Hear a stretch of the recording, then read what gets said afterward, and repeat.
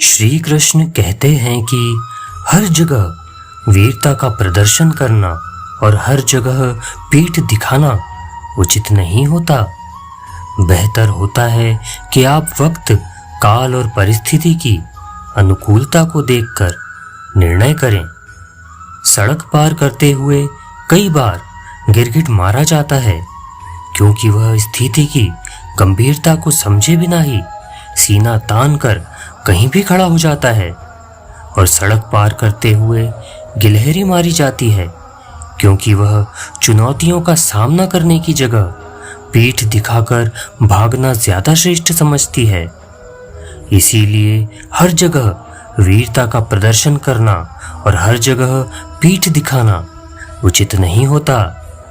इंसान का एक मुंह और दो कान होते हैं। इसका मतलब ये होता है कि हमें बोलना कम और सुनना अधिक चाहिए। बिना मतलब के कोई भी आपको इज्जत नहीं देता, इसलिए खुद को इतना सफल बनाइए कि बिना मतलब के भी लोग आपकी इज्जत करें। अनुभव कहता है कि लोगों को इस बात से कोई मतलब नहीं कि आप खुश हो या नहीं। उन्हें बस फर्क इस बात से पड़ता है कि आप उन्हें खुश रखते हैं या नहीं। जीवन में ऐसा समय भी आएगा जब आपको ये समझ आएगा कि आप इतने भी समझदार नहीं निकले जितना आपने भ्रम पाल रखा था। कभी कभी मजबूत हाथों से पकड़ी हुई उंगलियां भी छूट जाती हैं क्योंकि रिश्ते ताकत से नहीं दिल से निभाए जाते हैं। अच्छे लोगों की श्री कृष्ण परीक्षा जरूर लेते हैं परंतु साथ कभी नहीं छोड़ते, और बुरे लोगों को कृष्ण बहुत कुछ देते हैं परंतु साथ कभी नहीं देते। जिंदगी में दो लोगों का होना बहुत जरूरी होता है। एक श्री कृष्ण जो ना लड़ें फिर भी जीत पक्की कर दें, और दूसरा कर्ण जो हार सामने खड़ी हो फिर भी साथ ना छोड़े। तू करता वही है जो तू चाहता है, होता वही है जो मैं चाहता हूँ। तू कर वही जो मैं चाहता हूँ, फिर होगा वही जो तू चाहता है। श्री कृष्ण कहते हैं कि जन्म लेने वाले के लिए मृत्यु उतनी ही निश्चित है जितना कि मृत होने वाले के लिए जन्म लेना। इसीलिए जो अपरिहार्य है उस पर शक मत करिए। भरोसा अगर खुद पर हो तो ताकत बन जाती है और दूसरों पर हो तो कमजोरी। आप कब सही थे इसे कोई याद नहीं रखता, लेकिन तुम कब गलत थे इसे सब याद रखते हैं। श्री कृष्ण कहते हैं, मैं किसी के भाग्य का निर्माण नहीं करता और ना ही किसी के कर्मों के फल देता हूँ। जो जैसा कर्म करता है वह वैसा ही फल पाता है। मैं सभी प्राणियों को समान रूप से देखता हूँ। ना कोई मुझे कम प्रिय है ना कोई अधिक, लेकिन जो मेरी प्रेम पूर्वक आराधना करते हैं वह मेरे भीतर रहते हैं और मैं उनका ध्यान रखता हूँ। तुम्हारा क्या गया जो तुम रोते हो? तुम क्या लाए थे जो तुमने खो दिया? तुमने क्या पैदा किया था जिसका नाश हो गया? ना तुम कुछ लेकर आए थे ना लेकर जाओगे। जो लिया है यहीं से लिया, जो दिया है यहीं पर दिया। जो लिया इसी से लिया, जो दिया इसी को दिया। यदि आप किसी के साथ मित्रता नहीं कर सकते तो उसके साथ शत्रुता भी नहीं करनी चाहिए। जो हुआ वह अच्छा हुआ, जो हो रहा है वह अच्छा हो रहा है, जो होगा वह भी अच्छा ही होगा। तुम भूत का पश्चाताप न करो, भविष्य की चिंता न करो, क्योंकि वर्तमान चल रहा है। तुम वर्तमान का ख्याल रखो। एक बार राधा रानी ने श्री कृष्ण से पूछा, माधव, प्यार का असली मतलब क्या होता है? श्री कृष्ण ने हंसकर कहा, राधे, जहां मतलब होता है वहां प्यार ही कहां होता है। प्रेम एक ऐसा अनुभव है जो मनुष्य को कभी हारने नहीं देता, और घृणा एक ऐसा अनुभव है जो मनुष्य को कभी जीतने नहीं देता। श्री कृष्ण कहते हैं, जिस व्यक्ति को आपकी कदर नहीं, उसके साथ खड़े रहने से अच्छा है आप कहीं अकेले में जाकर खड़े रहें या फिर उस जगह पर उपस्थित ही ना रहें। प्यार और तकदीर कभी साथ नहीं चलते, क्योंकि जो तकदीर में होते हैं उनसे कभी प्यार नहीं होता, और वो जिससे हम प्यार करते हैं वह तकदीर में नहीं होता। हर कीमती चीज को उठाने के लिए झुकना ही पड़ता है। माँ और पिता का आशीर्वाद भी इनमें से एक है। अगर व्यक्ति शिक्षा से पहले संस्कार, व्यापार से पहले व्यवहार और भगवान से पहले माता पिता को पहचान ले तो जिंदगी में कभी कोई कठिनाई नहीं आएगी। स्वार्थ से रिश्ते बनाने की कितनी भी कोशिश कर लो वह कभी नहीं बनेंगे, और प्रेम से बने रिश्तों को कितना भी तोड़ने की कोशिश करें वह कभी नहीं टूटते। हर किसी के अंदर अपनी ताकत और अपनी कमजोरी होती है। मछली जंगल में नहीं दौड़ सकती और शेर पानी में राजा नहीं बन सकता। इसलिए अहमियत सभी को देनी चाहिए। एक बार माफ करके अच्छे बन जाओ, पर दोबारा उस इंसान पर भरोसा करके बेवकूफ कभी मत बनना। अच्छी किस्मत के लोग थोड़ा भी बुरा होने पर भगवान को कोसने लगते हैं, और बुरी किस्मत के लोग थोड़ा भी अच्छा हो जाए तो भगवान का धन्यवाद करते हैं। जब हमारा मन कमजोर होता है तो परिस्थितियां समस्या बन जाती है, और जब मन स्थिर होता है तो परिस्थितियां चुनौतियां बन जाती हैं। जब हमारा मन मजबूत होता है तो परिस्थितियां अवसर बन जाती हैं। मनुष्य की मानवता उसी वक्त नष्ट हो जाती है जब उसे दूसरों के दुख पर हंसी आने लगती है। हे भारतवंशी, शरीर में रहने वाले का वध नहीं किया जा सकता, अतः तुम्हें किसी जीव के लिए शोक करने की कोई आवश्यकता नहीं। समय यही कहता है कि जिंदगी किसी का इंतजार नहीं करती है और ना ही किसी के लिए रुक सकती है। जिंदगी खेलती भी उसी के साथ है जो खिलाड़ी बेहतरीन होता है। दर्द सबके एक जैसे हैं, मगर हौसले सबके अलग अलग होते हैं। कोई हताश होकर बिखर जाता है तो कोई संघर्ष करके निखर जाता है। मनुष्य को अपने कर्मों के संभावित परिणामों से प्राप्त होने वाली विजय या पराजय, लाभ या हानि, प्रसन्नता या दुख इत्यादि के बारे में सोचकर चिंता से ग्रसित नहीं होना चाहिए। यदि आप अपनी गलतियों से कुछ सीखते हो तो गलतियां सीढ़ियां हैं, और नहीं सीखते तो गलतियां सागर है। निर्णय आपका है, चढ़ना है या डूबना है। समस्या इतनी ताकतवर नहीं होती जितना कि हम उन्हें मान लेते हैं। कभी सुना है कि अंधेरे ने सुबह नहीं होने दी। गलतियां ढूंढना गलत नहीं है, पर शुरुआत खुद से होनी चाहिए। जरूरी नहीं हर बार आपके शब्दों को सही समझा जाए, इसलिए कभी कभी चुप रहना ही ज्यादा बेहतर होता है।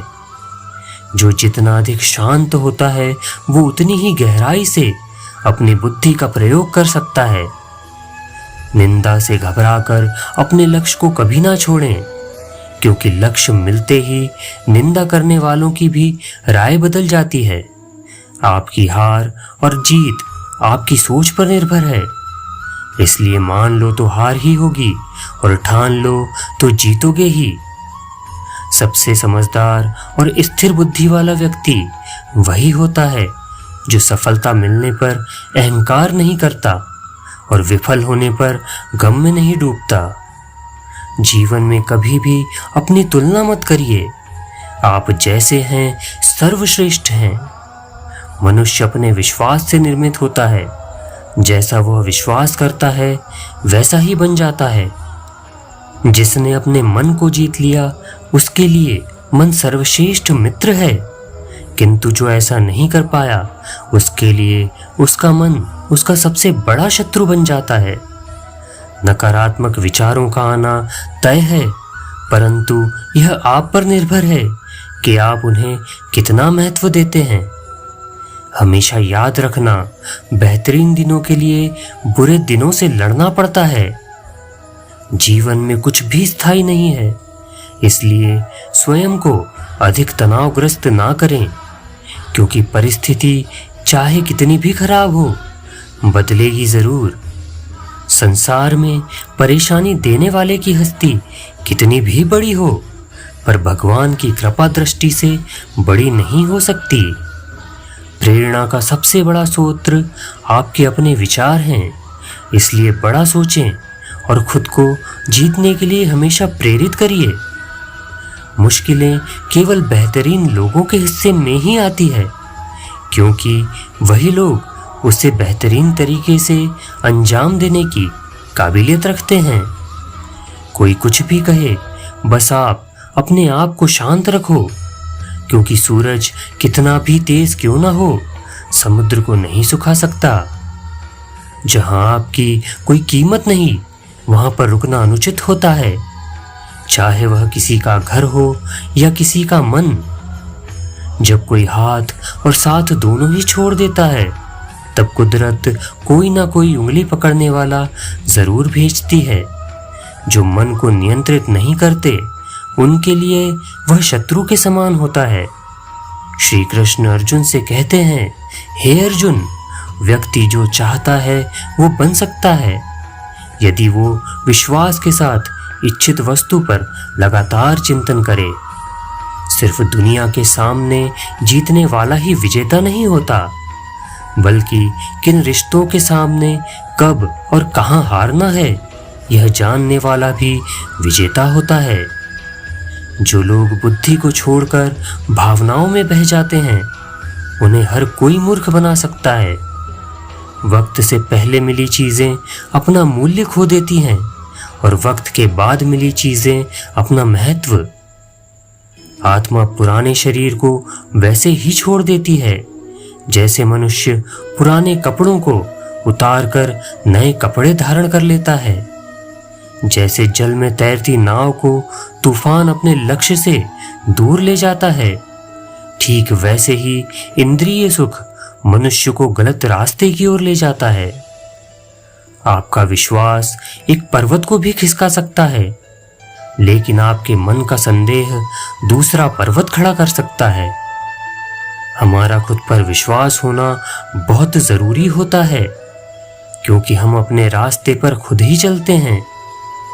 वक्त कभी भी एक जैसा नहीं रहता, उन्हें भी रोना पड़ता है जो बेवजह दूसरों को रुलाते हैं। अपनी इच्छा शक्ति के माध्यम से अपने आप को नई आकृति प्रदान करें। कभी भी स्वयं को अपनी आत्मीय इच्छा से अपमानित ना करें। इच्छा एकमात्र स्वयं का मित्र होता है, और इच्छा ही एकमात्र स्वयं का शत्रु भी। अपनी पीड़ा के लिए संसार को दोष मत दीजिए, अपने मन को समझाइए। तुम्हारे मन का परिवर्तन तुम्हारे दुखों का अंत होगा। खुद को कमजोर कभी नहीं समझें।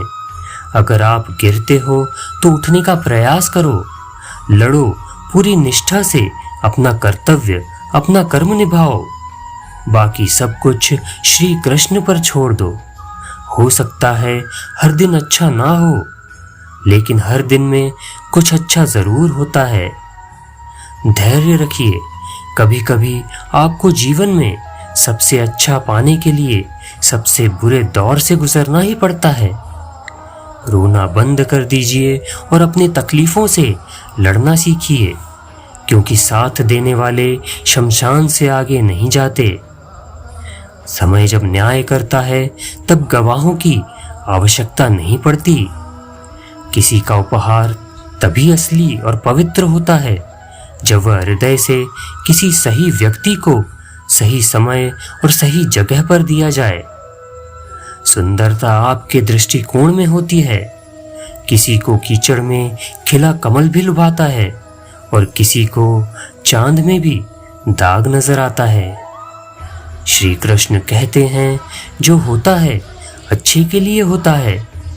एक बार की बात है, यमराज अपने यमदूत को धरती पर एक औरत को लेने के लिए भेजते हैं।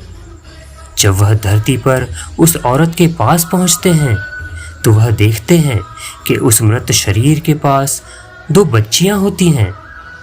एक बच्ची अपनी माँ के साथ खेल रही थी और एक बच्ची रोते रोते सो गई थी।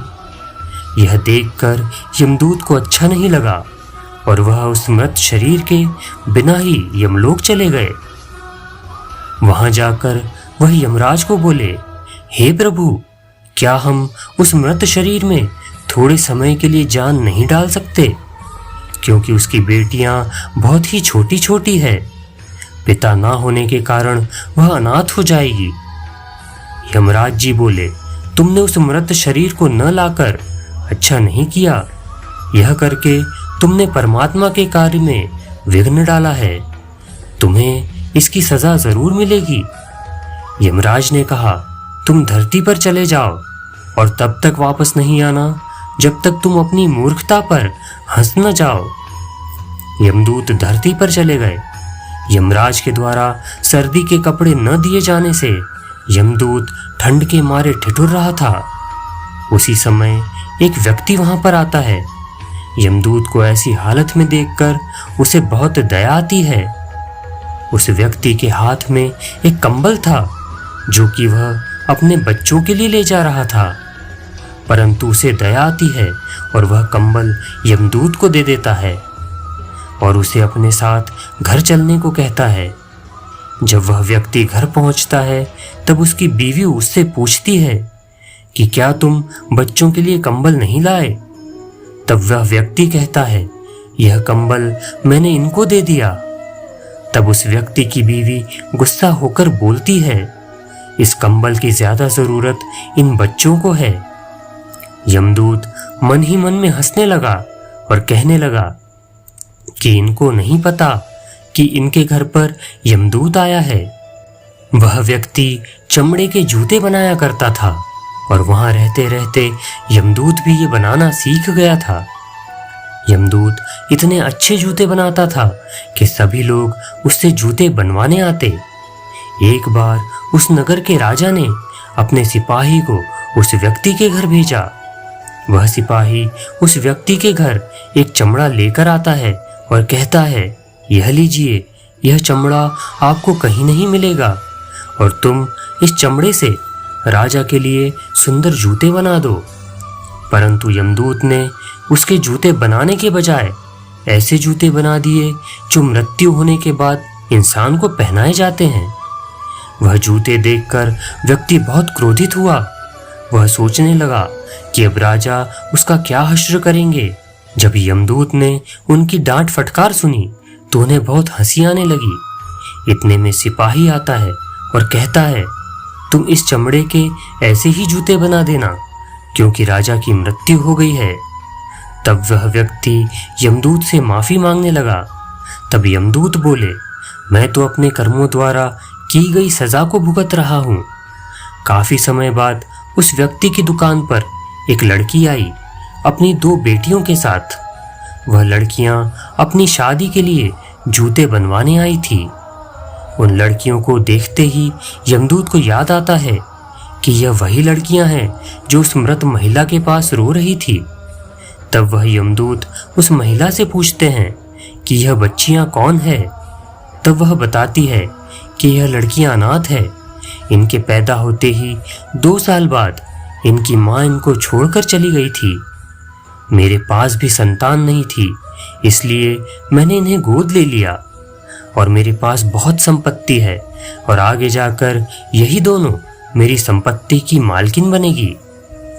तब यमदूत को खुद पर हंसी आई और उसे अपनी मूर्खता का एहसास हुआ।